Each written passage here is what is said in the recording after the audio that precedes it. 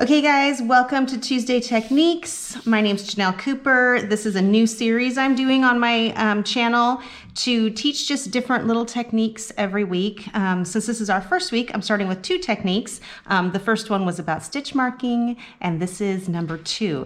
This one I think has been a long time coming. I made a video months and months ago about how to do a pocket shawl, and it was a super popular video, but I had like 100 people asking me questions about how to do this foundation. Since I started doing foundation rows, I have not stopped. Like, I don't even chain to start anything anymore because I don't like crocheting into a chain. This is just so much more comfortable for me. It makes more sense, and it also makes it nice and stretchy. So if you've ever made a starting chain, especially on something long or something that needs to stretch, chains don't stretch hardly at all. They're very solid. So when you're working your way up, you get up to the top, this part is going to be, not only is it going to be bigger than what you started off with, but it's going to be stretchier. So when you're making head wraps and things like that, it's just super annoying. So I started doing foundation rows, and they have become, they're my staple thing that I do. So if you go back and look at almost every single one of my crochet videos, you will see that I always start off with a foundation row. But this video will be specifically just to show you how to do them. So I'm going to show you a foundation single crochet, a foundation half double crochet, and a foundation double crochet. I think those 3 will be the ones that you'll pretty much always want to start off with. So single crochet, you just start with one little slip knot there. Okay, so when you're doing a single crochet foundation row, I think that technically you're only supposed to chain up 1, and then you're supposed to go right back in here and start doing it. But I have found that when you do that, it makes for a really sloppy knot at the end. So I'm gonna chain up 1 just so that it kind of locks it in place and it doesn't move around on you. You're gonna come back into that first hole, that first chain, and what you want to do is you want to make sure you have 2 stitches right there, 2 pieces of yarn right there, 1 on that side, okay? Then you are going to yarn over and pull it through, and this is where it feels funny.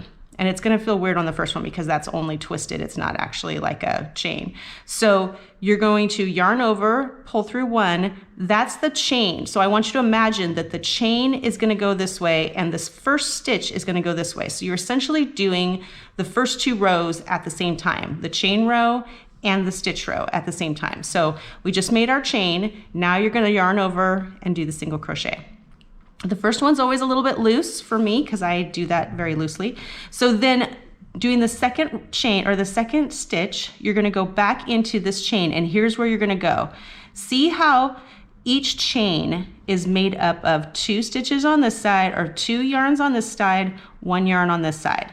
You want to go between that so that you have 2 yarns there, 1 yarn on the other side. That's the hole you're going into to start that foundation. So you yarn over and pull up 1, yarn over, go through 1, that's the chain. So you're doing the chain. Now we're going to do the single crochet. So yarn over, go through the single crochet.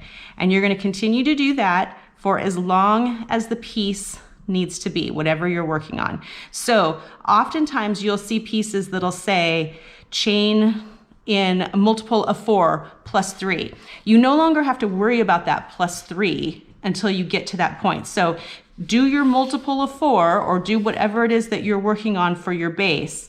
And then when we get to, because you've already done basically the first 2 rows at the same time. And then whatever you have to chain up when you get to the end, don't worry about that until you get to the end of your row. I do most of my stuff by measurement rather than by stitch count, but when you're working with fancy stitches, a lot of times there needs to be like multiples of certain things. You have to have even stitches, or you need to have like multiples of 3 or whatever. So that's one reason to stitch count, and just do the main stitch count for those. Worry about the chains when you get to the end. Okay, so this is single crochet foundation row. So basically what you've done is 1, 2, all of these are chains right here. You can see them, right? They look like a little braid. And then these are the single crochets on top of those. Okay, so we're gonna do it again. We're gonna do it with a half double crochet. Slip stitch. This one, you're also gonna chain 1. okay?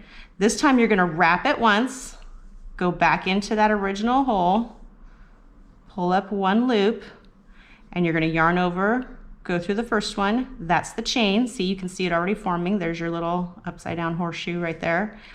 And then yarn over and go through all 3 of those. That's your half double crochet. So then do it again, yarn over, go through that hole. So the hole, remember, is 2 pieces of yarn on this side, 1 piece on this side. Go through there, pull up a loop, yarn over and go through 1, that's the chain, right? Chain, chain, and then yarn over and go through all 3, that's the half double crochet. And you can continue doing that again for as long as you need it to be. Do it a couple more times. Yarn over.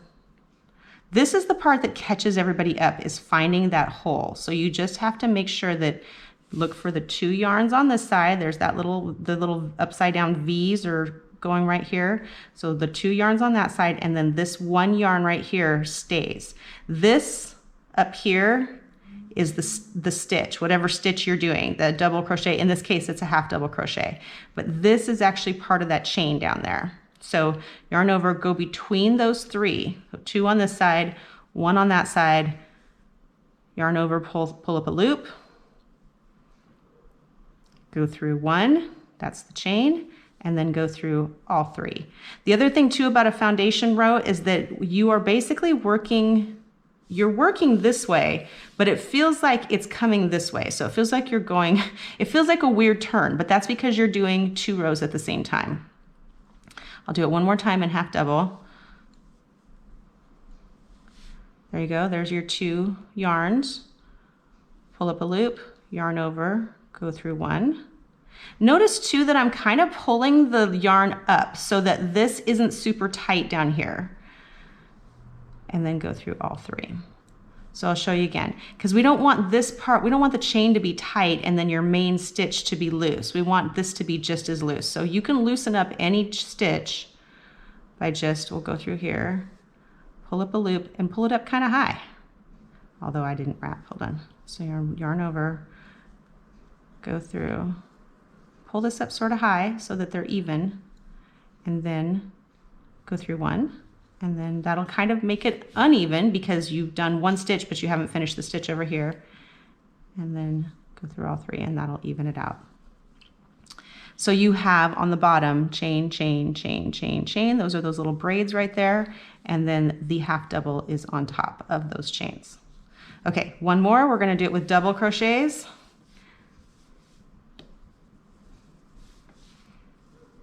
Okay, so same thing. Slip knot.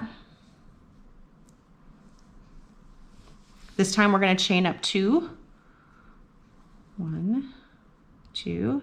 Then you're going to go back, you're going to wrap it like you're going to do a double crochet, go back into that original hole, 2 yarns on this side, 1 yarn on that side, wrap it, pull up 1, wrap it, and go through 1 for the chain. And now we're going to do a double crochet. So wrap it, go through 2, wrap it, go through 2, just like that. So you can kind of see in a double crochet, it's a little bit more defined where the chain is. That is the chain right there. And this is the next chain. It's just kind of turned up, but we're going to go into that. So wrap it, find the second chain, 2 yarns on this side. Oh, it's hard to see, but see that other yarn right there? That's the part that holds it in place. If you try to like take all 3 of those, it's gonna look cattywampus and weird. So if it's starting to look wrong, it might be because you're grabbing all 3 pieces of those yarns. Nice, my very technical terminology. So pull up 1, wrap it and go through 1 for your chain, and then do your double crochet, like that. Okay, let's do it a couple more times so you can see it. Wrap it, go through this hole, 2 yarns on that side, the 3rd yarn is holding it there, wrap it, pull up 1, go through 1, that's the chain, and then do your double crochet. Okay, so when you get to the end of your row, let's say this row is the length that you want, I want you in your mind to imagine that you have completed 2 full rows. You've done a chain and you've done the first row of whatever stitch you're doing, right? And you can probably do this with any stitch. Just remember the chain is first and then you do the triple crochet, or the chain is first and then you do whatever you're doing. So if you were doing, say, like a lemon peel stitch, you would do your chains and then you would have like single crochet, double crochet, single crochet, double crochet. So you can just do it on anything. But to keep things simple for me, I tend to always start with like a foundation single crochet, just to like make a nice solid row on the bottom. Okay, so then what you want to do is you want to just act like you've just finished 2 rows. So if you want to go up and do more double crochets, you just chain up 2, turn, and then it's double crochet all the way back, right?